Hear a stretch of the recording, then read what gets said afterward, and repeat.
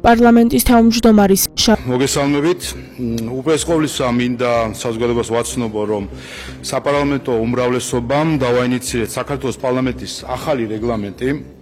უკვე 2 წელია საქართველოს პარლამენტში საპროცედურო საკითხთა კომიტეტთან და პარლამენტის აპარატის შესაბამის დეპარტამენტებთან ერთად ვამუშავებთ ახალ რეგლამენტს.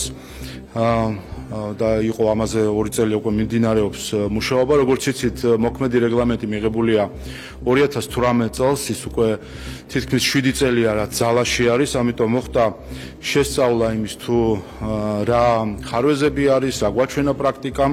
მოქმედ რეგლამენტში თავად არის უკვე 65 სხვადასხვა ცვლილება შეტანილი და აქედან გამომდინარე საჭირო იყო თავად რეგლამენტის როგორც ახალი სტრუქტურის შექმნა, იმისთვის რომ დუბლირებები იყოს გამორიცხული, ასევე მისი სტრუქტურიზება ლოგიკური თანმიმდევრობით, ადვილად გამოსაყენებელი რო იყოს, მათ შორის არაიურისტი პარლამენტის წევრებისთვის და ასევე საზოგადოებისთვის.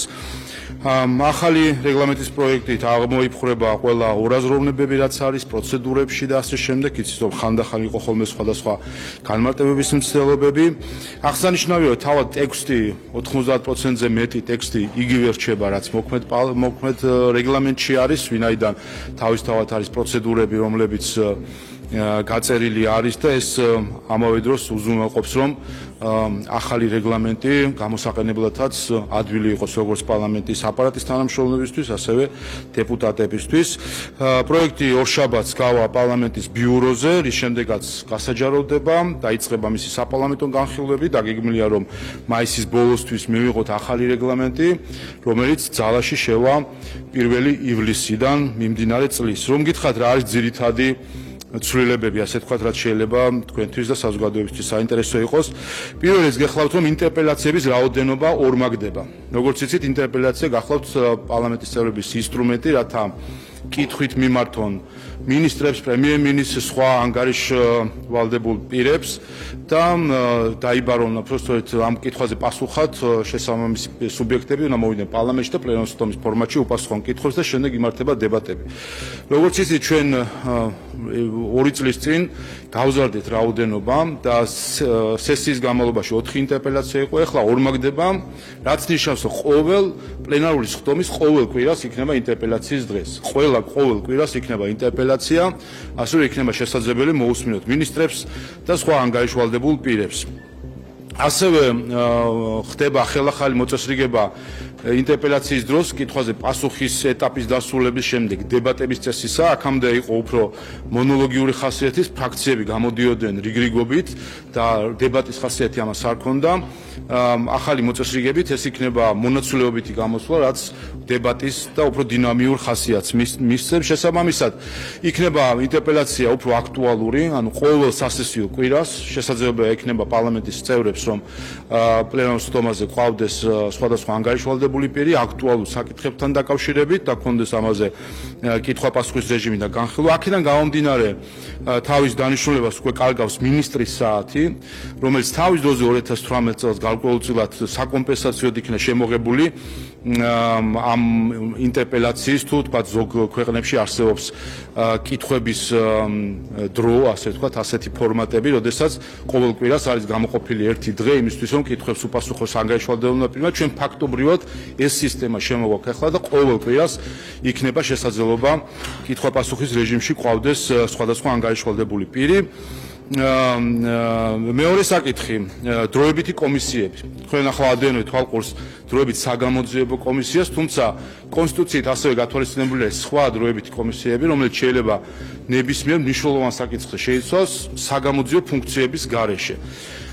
ეს ინსტრუმენტი, კონსტიტუციური ინსტრუმენტი პარლამენტში ფაქტობრივად არ გამოიყენებოდა და მის ნაცვლად იყო სხვა ინსტრუმენტები წინა რეგლამენტით შემოღებული, როგორც იყო მუდმივი მოქმედი საბჭოები, თემატური მოკვლევა და ასე შემდეგ, თუმცა ამავე დროს ჩვენ კონსტიტუციით გაუთვალისწინებელი ასე ვთქვათ ინსტრუმენტები, არადა ამ დროს გვაქვს კონსტიტუციური ინსტრუმენტი, რომელიც არ გამოიყენებოდა. ამიტომ მთავარი მიზეზი რატომაც არ გამოიყენებოდა იყო ის, რომ რეგლამენტში სხვა დროებით კომისიებს ეთმობა ფაქტობრივად 2 მუხლი, 2 თუ 3 მუხლი და არის ძირითადად მითითებები საგამოძიებო კომისიის რეგულაციებზე, რაც არ ასრულებდა ამ კომისიის შექმნას, ფუნქციონირებას, შინაარსს და ასე შემდეგ. ამიტომ ჩვენ ვქნით მას უფრო მარტივს, გასაგებს და მოქნილს დროებით კომისიას. უპირატესობა დროებით კომისიის არის ის, რომ როგორც საგამოძიებო კომისია, ის იქნება პარიტეტის პრინციპით, ანუ ნახევარ-ნახევრადაზე არის უმრავლესობა და ოპოზიცია, უმრავლესობა არ არის იქ უმრავლესობაში.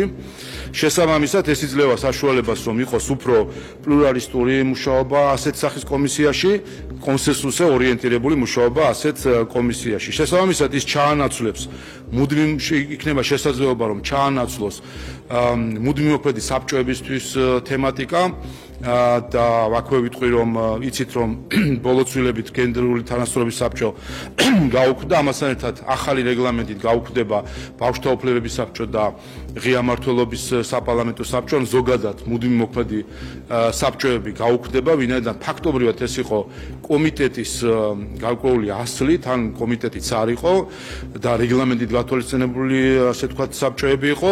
ამის ნაცვლად ხდება მოქნილი ინსტრუმენტი დროებითი კომისიისა, რომელიც შეიძლება ასეთ სახის თემატიკაზე შეიქმნას და მათ შორის ჩვენ დაგეგმილი გვაქვს ქალთა და ბავშვთა უფლებებზე შევქმნათ დროებითი კომისია პარლამენტში, მას შემდეგ რაც რეგლამენტით იქნება ამ კომისიის, ასე ვთქვათ, ახალი რეგლამენტით იქნება შემოღებული მისი შექმნის და ფუნქციონირების ახალი შესაძლებლობები. შემდეგ სამუშაო ჯგუფებთან დაკავშირებით ხდება დაბრუნება ძველი ფორმატის. რამდენიმე წლის წინ განხორციელებული ცვლილების შედეგად სამუშაო ჯგუფების ფაქტობრივად კომიტეტის საქმიანობას დაემსგავსა მისი როგორც ლოჯისტიკური ნაწილი, ასე ვთქვათ, ბიუროკრატიული ნაწილი და ფაქტობრივად ამის შემდეგ სამუშაო ჯგუფები არც იქნება ხოლმე, არადა საჭიროება არის იმისთვის, რომ არსებობდეს ფორმატი, სადაც არა ფორმალურ, ოფიციალურ, არამედ სამუშაო რეჟიმში ხდება საკითხების განხილვა, როგორც იტყვიან ხოლმე, ხმამაღლა ფიქრის უფლება, როდესაც არის საშუალება, რომ სამუშაო ჯგუფმა, სამუშაო გარემოში უფრო ხმამაღლად, ამამად ისაუბროს და იმუშაოს სხვადასხვა საკითხებზე. ამიტომ სამუშაო ჯგუფის ეს ფორმატიც აღდგება, რომელიც თავის მხრივ ჩაანაცვლებს თემატური მოკვლევის შესაძლებლობებს, ასე ვთქვათ, ამ მხრივ უფრო აქტუალურს გახდის. საკანონმდებლო წინადადებასთან დაკავშირებით ინსტრუმენტის ეფექტიანობის გაზრდა მოხდება ახალი რეგლამენტით. გაცნობებთ, რომ ბოლო 2 მოწვევის პარლამენტში დაახლოებით 700 საკანონმდებლო წინადადება შემოვიდა, ეს იცით, გახლავთ შესაძლებლობა ცალკეული მოქალაქეთა ორგანიზაციის მიმართოს პარლამენტს წინადადებით, რაც კანონთან დაკავშირებით 700 წინადადება იყო შემოსული, საიდანაც 9 პროექტი იქცა წინადადება, უბრალოდ იქცა კანონად, რაც ნიშნავს 99% საკანონმდებლო წინადადებისა უშედეგოა.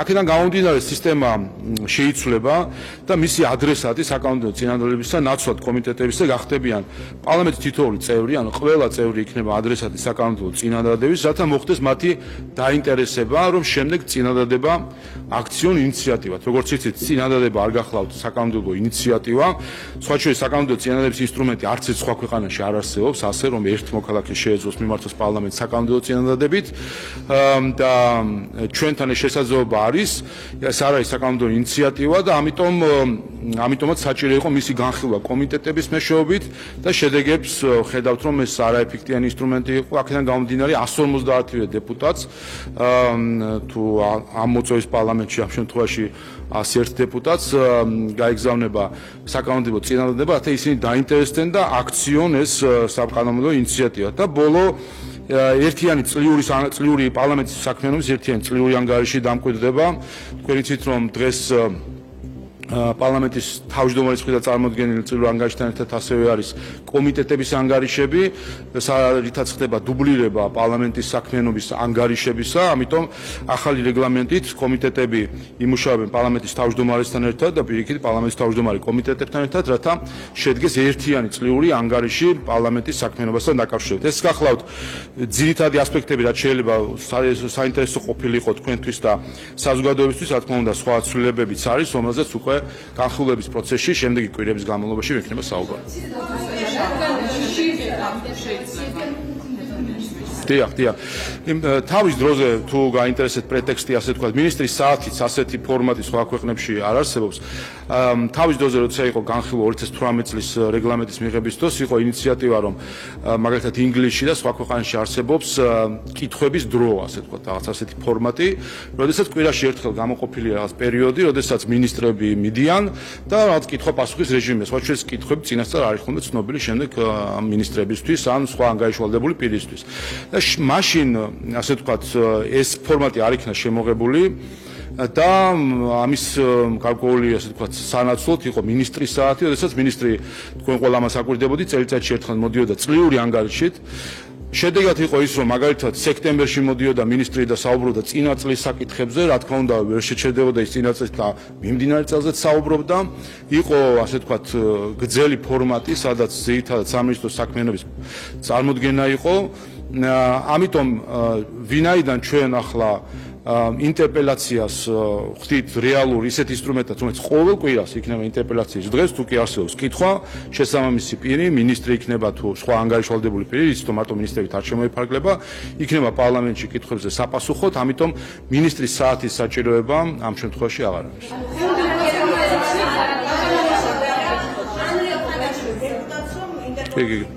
კი. არის ინტერპელაციის მოსვლის ვალდებულება. მოგვეთ ინტერპელაცია დიახ. თუ კითხვები არსებობს, დიახ, რა თქმა უნდა. კითხვები თუ არსებობს, მინისტრის საათ შემთხვევაში მოდიოდა წელიწადში ერთხელ, თუ კითხვები არსებობს, ახლა რა თქმა უნდა მოვა იმ შემთხვევაში რამდენი კითხვაც იქნება, იმდენჯერ მოუწევს მინისტრს. რაც შეეხება გარდა ამისა, მინისტრის საათსაც შეეხება ყოველწლიური ანგარიში იყო და რჩება პრემიერ-მინისტრის, რომელიც მთავრობის ანგარიშს შეეხება მთლიანად და რა თქმა უნდა, იქ საუბარია თითოეულ სამინისტროზე, აქაც გარკვეული დუბლირება იყო, როდესაც ცალკე იყო სამინისტროს ანგარიში და ცალკე იყო პრემიერ-მინისტრის ანგარიში, რომელიც ასევე რა თქმა უნდა, ასე ვთქვათ, სამინისტროების საქმიანობას ეხება. ამიტომ ჩვენ ამით საბოლოო ჯამში ვიღებთ დინამიურ პროცესს პარლამენტში, როდესაც მათ შორის მინისტრის საათის დროსაც იყო ხოლმე ერთ-ერთი გამოწვევა, რომ შეიძლება უწევდა იყო რაღაც აქტუალური საკითხი საზოგადოებაში, თუმცა მინისტრის საათი განრიგით მოდიოდა ის მინისტრი, რომელსაც ის საკითხები არ ეხებოდა, ამიტომ ხანდახან აცდენილი იყო ხოლმე აქტუალური საკითხი, საზოგადოებისთვის მნიშვნელოვანი საკითხი იმ საკითხებზე, რომელსაც თქვათ ესა თუ ის სამინისტრო ეხებოდა. დიახ. უპირველეს ყოვლისა მე მინდა დღეს როგორც იცით პარლამენტი ცნობად მიიღებს ბატონ გრიგოლ ილუაშვილის გადადგომის საკითხს და ასევე დღესვე ჩვენ ავრჩევთ სახელმწიფო უსაფრთხოების სამსახურის ახალ ხელმძღვანელს. მე მინდა მადლობა გადაუხადო ბატონ გრიგოლს ამ თანამდებობაზე გაწეული საქმიანობისთვის და კიდევ ერთხელ ხაზგაუსვა იმასაც მე არაერთხელ მithქვამს. იმ გეოპოლიტიკურ გარემოში, რომელშიც ჩვენ ცხოვრობთ, ჩვენს გარშემო ფაქტობრივად ცეცხლის რკალია, ვხედავთ კონფლიქტებს, ომებს, ახლოს თუ შორიახლოს.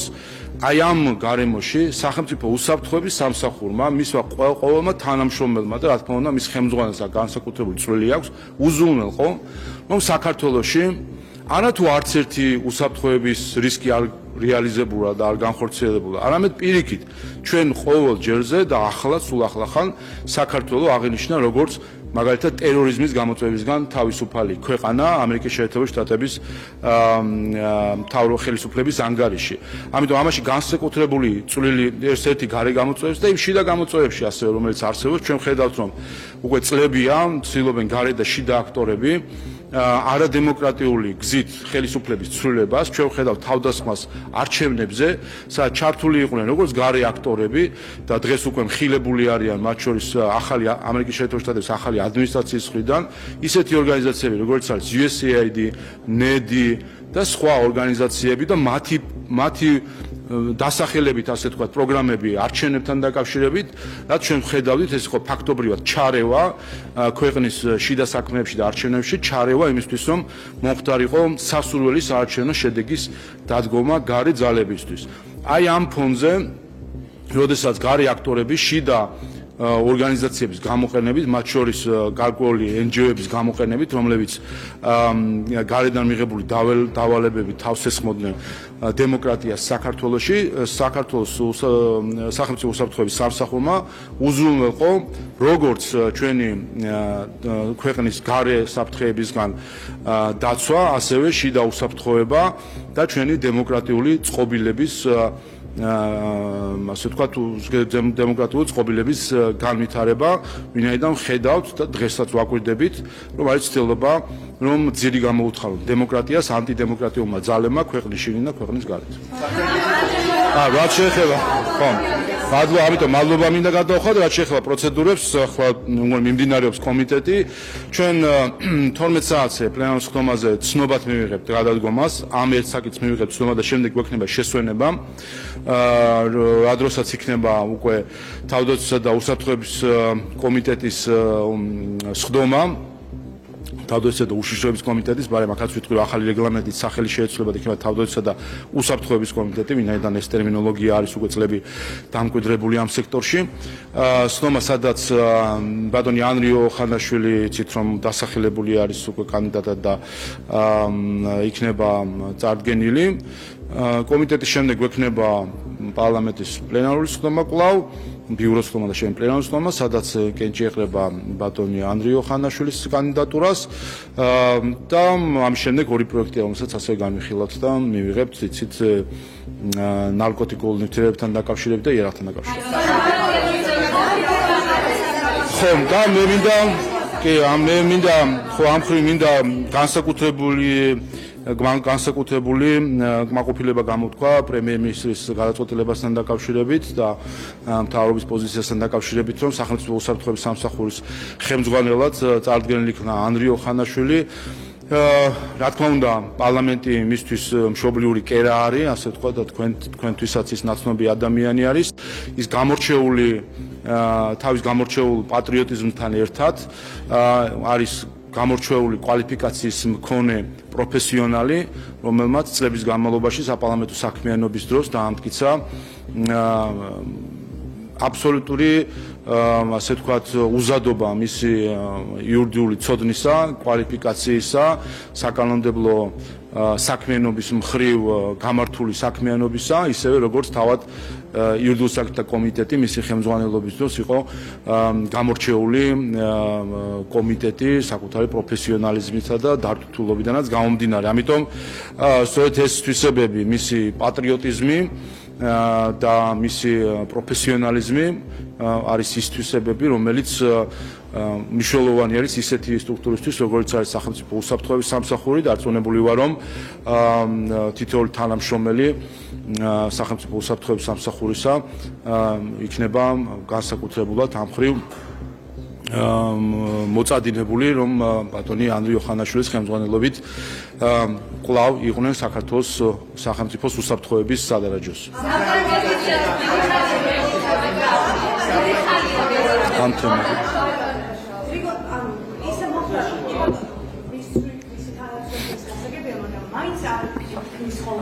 რეალური მიზეზი რა არის, რატომ აქ და ახლა ამ გადაწყვეტილებას მიგუაშვილი რამდენჯერ დეკემბერშიც, გასულ წლებშიც ამბობდა, რომ უფლებოსი ხადის ამოწურვას გეკნოს ამ თანამდებობაზე, წასვლას არაპირებს, უფრო მეტიც არც პოლიტიკურ თანამდებობაზე განიხილება საკუთრებას და ფაქტია, რომ არა თავად, არამედ ქართული ოცნების ლიდერშიპმა გადაწყვეტა ეს ხონდა. რატომ გახდა, რატომ არ გააცადა ბოლომდე დაესრულებინა და ასევე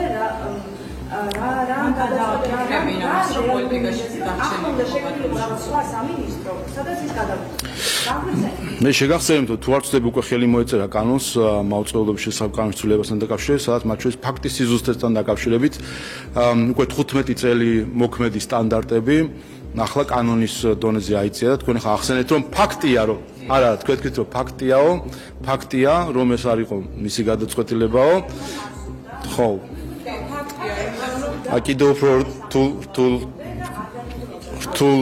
კიდევ უფრო რთულ ქვეწყობილ წინადადებაა აწყეთ, რომ ფაქტია, რომ მას არ სურდა, თქვენ რა იცით, რა სურდა და რა არ სურდა. კარგით, ეს ისე, ეთიცა. უყურეთ, თქვენ შეფასებას კვლავ ფაქტად წარმოაჩენთ.